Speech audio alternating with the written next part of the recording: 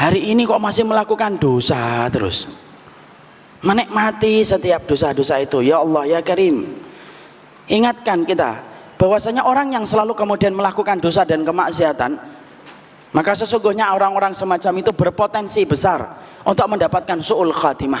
Antum tahu, orang yang terus melakukan dosa, melakukan kemaksiatan terus menerus dalam kehidupan mereka, maka kalau kemudian dia tidak merespon dengan mendatangi pintu tobat dia kepada Allah, hati-hati ya akhi, su'ul khatimah dekat kepada mereka yang tidak bertobat dan tidak melakukan hijrah. Makanya Ibnu Umar itu berkata, kalau ada orang melakukan dosa, ada orang yang melakukan dosa, maka kalau baru 1 kali, 2 kali dosanya dia kerjakan, Allah tutupi itu dengan satarnya.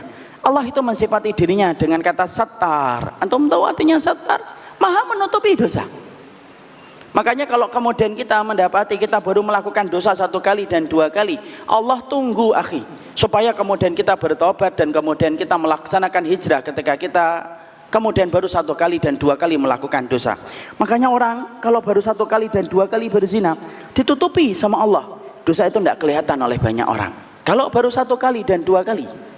Tapi kalau orang terus-terusan sampai melakukan dosa, tidak berhenti ketika dia melakukan kemaksiatan dan dosa, sampai kemudian akhirnya dia itu terus dan kemudian candu dengan dosa itu, maka kata Ibnu Umar, Allah akan memperlakukan dia dengan 2 perkara. 1, Allah mencabut tirai tersebut sampai dosanya akan kelihatan oleh orang lain.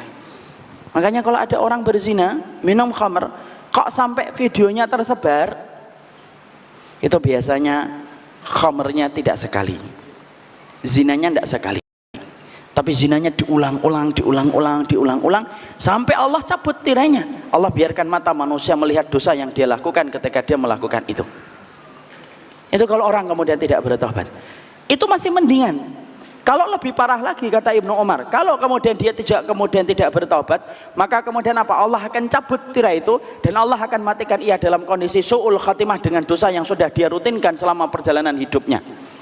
Makanya kalau antum tiba-tiba dengar ada orang mati di mobil setelah mobilnya bergoyang-goyang, mati dia bukan karena makan durian,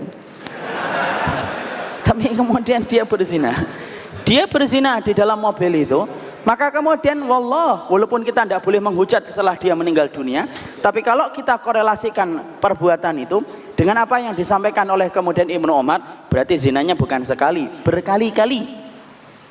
Sampai kemudian Allah biarkan dia mati membawa dosa tersebut dan membawa kemaksiatan itu. Ada orang yang kemudian minum khamr oplosan sampai mati. Biasanya kalau di daerah pesisir Jawa, biasanya kalau habis Idul Fitri sering ada kejadian habis pesta minuman keras oplosan mati 2, 3 gitu. Teman-temannya yang hidup berkata, kita baru sekali kok Pak. Kalau baru sekali tidak mungkin Allah matikan antum dalam kondisi su'ul khatimah. Yang hidup itu mungkin baru sekali. Tapi kalau temannya sampai mati, maka itu berkali-kali. Sampai akhirnya Allah cabut tirainya, Allah biarkan dia membawa dosa itu, candu dengan dosa itu, dan akhirnya mati dalam kondisi su'ul khatimah. Dan itulah yang kita khawatirkan ketika kita tidak merespon perubahan. Makanya inilah ikhwan yang menjadikan kita memahami betul.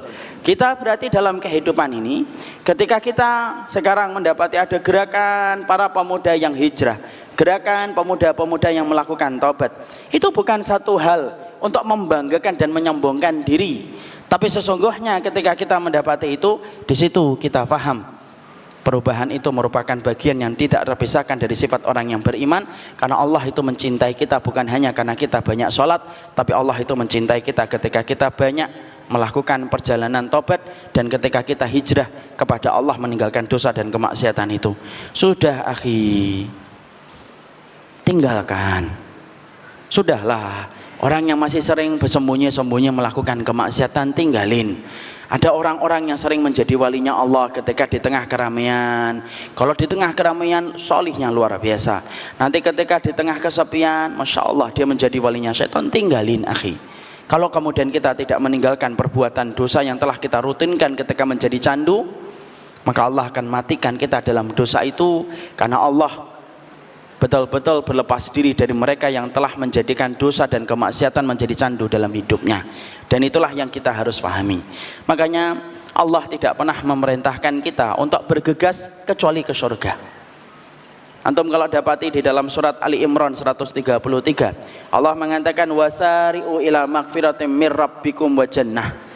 Allah menyampaikan kata wasari'u, itu artinya bergegas.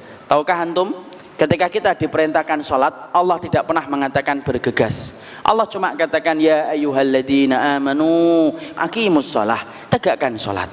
Ketika kita diperintahkan puasa, Allah cuma mengatakan ya ayyuhalladzina amanu kutiba alaikumusiyam kama kutiba alal ladzina min qablikum la'allakum tattaqun. Ketika kita diperintahkan untuk haji, Allah cuma mengatakan walillahi 'alan nasi hajjul bait man istata'a ilaihi sabila. Lihat, salat Allah tidak mengatakan bergegas.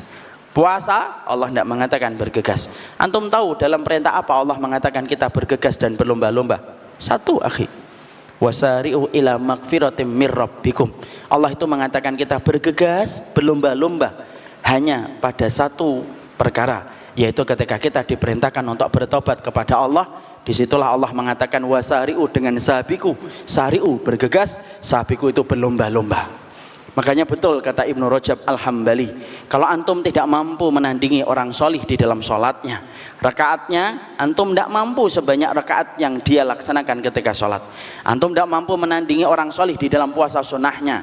Antum ingin puasa Daud sebagaimana orang solih, antum puasa Senin melewati perempatan jalan, lihat warung makan gemeter langsung, melihat es teh berembun dikit, aduh langsung batal puasanya. Antum tidak mampu menandingi orang solih di dalam puasanya, antum tidak mampu menandingi orang solih di dalam sedekahnya, maka tandingi orang solih dalam istighfar dan taubatnya. Karena sekalinya kita ikhwan diampuni oleh Allah satu kali saja, maka surga seluas langit dan bumi akan kita pijak kaki kita di dalamnya selama kemudian kita telah diterima taubat kita dan telah diampuni dosa-dosa kita. Makanya tidak ada yang dibutuhkan manusia kecuali adalah diampuni dosa-dosanya dan kemaksiatannya. Dan itulah inti dalam perjalanan iman, bagaimana menjadikan dosa kita diampuni oleh Allah Subhanahu wa ta'ala. Makanya syaitan itu paling tidak suka kalau ada orang yang kemudian ingin bertaubat. Makanya panah beracunnya syaitan itu apa? Bukan zina. Panah yang disenangi oleh syaitan itu bukan minuman khamr, tapi panah beracun yang disenangi oleh setan untuk ditancapkan pada hati manusia itu dikatakan oleh Imam Ibnu Qayyim, panah itu bernama taswifun. Apa itu taswif? Taswif itu takjilut taubah, melambatkan taubat. Kenapa? Karena orang kalau sudah melambatkan taubat, tidak ada tempatnya kecuali penyesalannya nanti dalam kehidupan di akhirat, kecuali adalah berada di dalam neraka. Makanya kadang-kadang kita suka berkata, mulai besok saya akan berubah, mulai besok saya akan sholat subuh di masjid, mulai besok saya akan sedekah, mulai pekan depan saya akan datang ke masjid Al-Jihad, mulai tahun depan saya akan kemudian tobat. Loh, ternyata dilambat-lambatkan sampai tahun depan datang, sampai ganti presiden mungkin, itu pun juga kemudian dia belum berubah. Maka itulah yang menjadikan kita akhirnya paham, itulah taswif, akhi. Berapa banyak orang yang sering merencanakan taubat dan dia berkata besok pagi saya akan bertaubat, tidaklah datang waktu pagi kecuali dia telah berpindah ke alam kubur ketika dia dimandikan dan dikafani. Hidup terlalu tipis antara hidup dan ajal, ikhwan. Berapa banyak orang yang pakai peci di waktu pagi, yang melepaskan pecinya itu adalah orang lain di waktu duha. Berapa banyak orang yang memasukkan kunci ke motornya di waktu zuhur, tetapi yang melepaskan kunci itu dari motornya adalah orang lain ketika dia bersimbah darah di atas aspal. Berapa banyak orang yang pakai jilbab di waktu sore, tetapi yang melepaskan jilbabnya itu adalah orang lain di waktu malam ketika dia dimandikan. Terlalu berharga ketika taubat itu kita undur-undur, karena sesungguhnya siapapun yang melambatkan taubat berarti dia telah terkena panah asmara dari iblis yang bernama taswif ketika dia tidak mau bertobat dan melakukan hijrah. Di sini kita sepakat